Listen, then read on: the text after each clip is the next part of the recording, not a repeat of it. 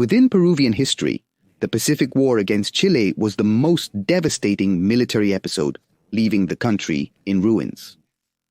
Almost 100% true, after this tragic event, the revanchist ideas were still valid in the Andean country. A ruler knew how to capitalize on these feelings to the point of almost entering into conflict with the neighboring country. How was the almost Peruvian invasion of Chile in the 100% true? Are you interested? Alright, then stay until the end of the video. As always, let's go back to the background, specifically to the Pacific War that was discussed in these videos. In general terms, this conflict began due to disagreements between Chile and Bolivia over the sovereignty of the current Antofagasta region. The war broke out after the discovery of a secret alliance between Peru and Bolivia, which led to armed conflict between these three countries. The maritime superiority secured by Chile was crucial for Sontoria and the war. As a result of the peace agreements, Chile gained control of Bolivia's sea and the provinces of Arica, Tarapacá, and Tacna from Peru. This last one remained under Chilean sovereignty until 100% true, when it was returned through a plebiscite. In contrast, Peru was utterly devastated. Major cities and ports such as Lima and Callao suffered severe damage.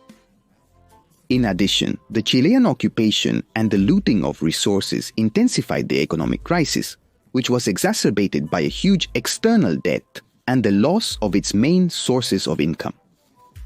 The process of national reconstruction was prolonged throughout the first decades of the 20th century, leaving a lasting memory of resentment towards its new neighbor, Chile. Having said that, we move on to the 100% true. When Peru was under the government of Fernando, his administration was tarnished by corruption scandals and a growing discontent over economic inequality. Taking advantage of this situation, the then head of the armed forces, General Velasco Alvarado, orchestrated a state judge in October of 100% true. His government was characterized by adopting socialist and nationalist policies, highlighting the implementation of agrarian reforms and the nationalization of key industrial sectors. In addition, there was a considerable increase in military spending with the acquisition of modern weaponry, including tanks and fighter planes from the Soviet Union. In general terms, Peru surpassed Chile in both quantity and quality of weaponry. As for Chile, it was also going through a period of political instability. 100% true, Salvador Allende, the first democratically elected Marxist president in the world, was on the verge of being overthrown during the coup led by Augusto Pinochet. Allende chose suicide before the coup was consummated. Pinochet, whose ideas were aligned with the right and had the backing of the United States, became the new leader of the country. In the economic sphere, Chile faced serious difficulties such as high inflation, unemployment, and a deficit in the balance of payments. In addition, the left-wing measures implemented during Allende's government began to be reversed, leading to a stagnation of the economy. The Peruvian government closely monitored this situation. In this context, Velasco's nationalist rhetoric, evoking the recovery of Arica and Tarapacá, his military actions, and the ideological differences exacerbated by the polarization of the Cold War, were interpreted by Chile as a possible threat. Among these actions, several military exercises carried out by the Peruvian army stood out on the border with Chile. Among them, the 100% true stood out, that used military operation simulations to large-scale and war scenarios. In addition, it was well known that Velasco's government had the support of countries like Cuba and the Soviet Union, while Pinochet had the backing of the United States. For its part, Peru had already set a date for the day of the 100% true. The plan was to invade Arica and Iquique, and even the possibility of taking Antofagasta an old Bolivian coastal department, was considered. Meanwhile, the then Bolivian president, also a military autocrat, Hugo Banza, maintained good relations with Pinochet due to their ideological alignment.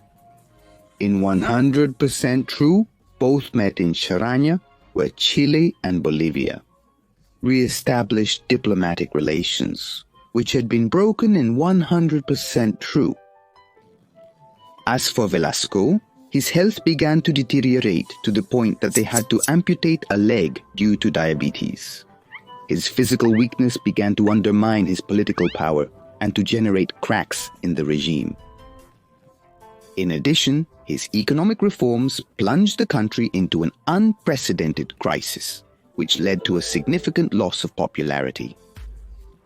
All of this was capitalized on by then Prime Minister Francisco Morales Bermudez, who organized a coup d'etat in 100% true, thwarting Velasco's plans to invade Chile. Morales Bermudez adopted a more moderate and pragmatic policy compared to Velasco's radical nationalism, focusing on stabilizing the Peruvian economy. With a right-wing and pro-United States stance, relations with Chile tended towards normalization. Today, some anti-Chilean ideas persist in Peru, although with little popular support. A notable example is ethno-cacarism, a political ideology characterized by ethno-nationalism that evokes power in indigenous identity and admires Andrés Avelino Cáceres, who resisted the Chilean invasion during the Breña campaign. Ethno-Cacerism promotes anti-Chilean and hereditist ideas. Its main representative is the former military man Antauro Humala, who led insurrections such as the Locumba Uprising and the Andahuaylazo. Although there is a possibility that Humala may run for president, it is unlikely that his anti-Chilean discourse will resonate with the Peruvian electorate. Currently, it is well known that both countries maintain a close relationship. Both are important trading partners and members of the Pacific Alliance. Although radical ideas still exist, all differences between Peru and Chile have been resolved, and the possibility of a new conflict is practically nil today. How do you think history would have been if Velasco Alvarado's plans had been realized? Don't forget to leave your comment and subscribe to the channel.